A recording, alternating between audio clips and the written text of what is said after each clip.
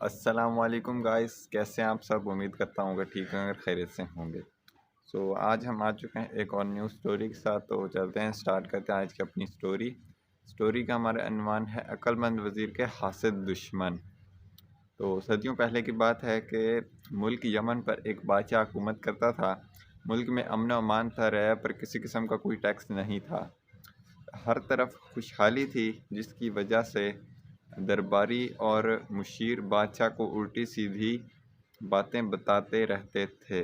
ان سب کا ٹارگٹ اکثر وزیر ہوتا۔ اس طرح کئی وزیر سوا ہوئے اور کئی ایک کو بادشاہ نے مروا دیا، جس کی وجہ سے درباری اور مشیر خود کو طاقتور سمجھنے لگے تھے۔ ایک دن بادشاہ نے ایک نیا وزیر مقرر کیا۔ اس وزیر کو چند دنوں میں پتہ چل گیا کہ دربار میں حاسدی ٹولہ بہت خطرناک ہے۔ وزیر ان کی طرف سے محتاط ہو گیا اور انہیں اہمیت نہ دیتا،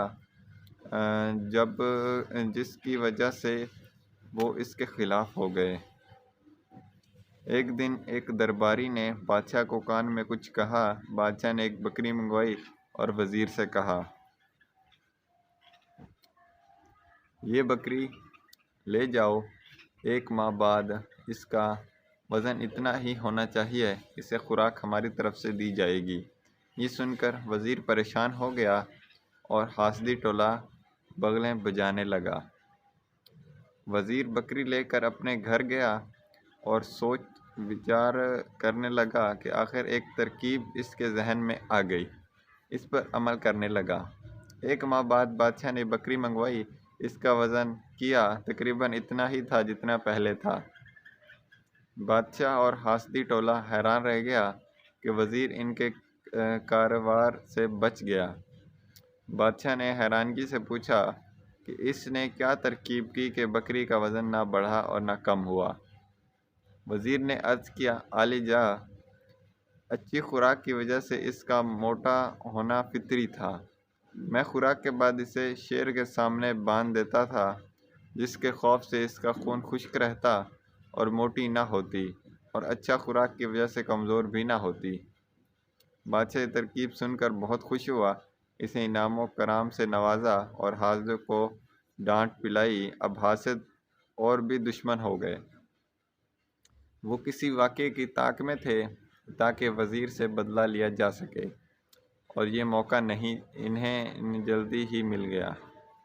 بدقسمتی سے کچھ عرصے بعد ملک میں سیلاب آ گیا، ہزاروں مکانات اور فصلیں تباہ ہو گئیں۔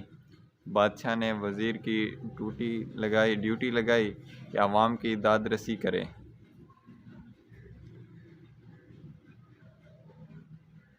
وزیر فی کس دیناروں کے علاوہ قرضے بھی دیے۔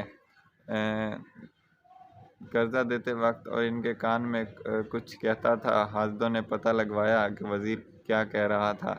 کچھ سادہ لو افراد نے بتایا کہ وزیر کہہ رہا تھا قرض بادشاہ کی وفات کے بعد وصول کر لے گا۔ بس اتنا سننا تھا کہ حاسد بادشاہ کے پاس جا پہنچے اور بڑا چڑھا کر بیان کیا۔ سن کر بادشاہ کو سخت غصہ آیا۔ اس نے فوراً وزیر کو حاضر ہونے کا حکم دیا اور کہا، میں نے اسے سنا ہے تم میرے مرنے کا انتظار کر رہے ہو اور اس کے بعد دولت اکٹھی کرو۔ اس پر وزیر نے سر جھکاتے ہوئے کہا، عالی جاں، آپ نے ٹھیک سنا ہے، میں نے یہی کہا ہے، مگر میری نیت یہ نہیں تھی۔ پھر تمہاری نیت کیا تھی؟ ایک حاسدی سے بولا، میری نیت یہ تھی کہ جن غریب لوگوں کے مکانات اور فصلیں تباہ ہو گئیں، وہ عرصہ دراز تک قرض واپس کر سکتے ہیں۔ وہ لمحہ بادشاہ سلامت کی زندگی کے لیے دعائیں مانگتے رہیں گے کہ خدا نخواستہ اگر بادشاہ سلامت وفات پا گئے تو انہیں قرض واپس کرنا پڑے گا۔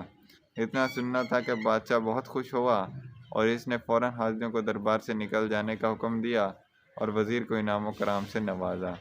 پھر درباریوں کی طرف دیکھتے ہوئے بادشاہ نے کہا، ان حاسدوں کے کہنے پر اگر وزیر کو سزا دے دیتا تو زندگی بھر افسوس رہتا۔ مجھے اللہ تعالیٰ نے اتنا اچھا وزیر دیا ہے، مجھے اس کا شکر گزار ہونا چاہیے۔ حسد انسان کو جلا دیتی ہے اور حاصل بھی کچھ نہیں ہوتا۔ یہ سچ ہے کہ حسد اپنی ہی آگ میں جل کر راکھ ہو جاتا ہے، اس لیے ہمیں کسی سے حسد نہیں کرنی چاہیے۔ امید ہے کہ آپ کو یہ کہانی اچھی لگی ہوگی۔ کہانی اچھی لگی ہو تو چینل وائر 4 کو ضرور سبسکرائب کرنا اور بیل آئیکن کو بھی دبانا تاکہ ایسی مزیدار ویڈیوز آپ تک سب سے پہلے پہنچتی رہیں۔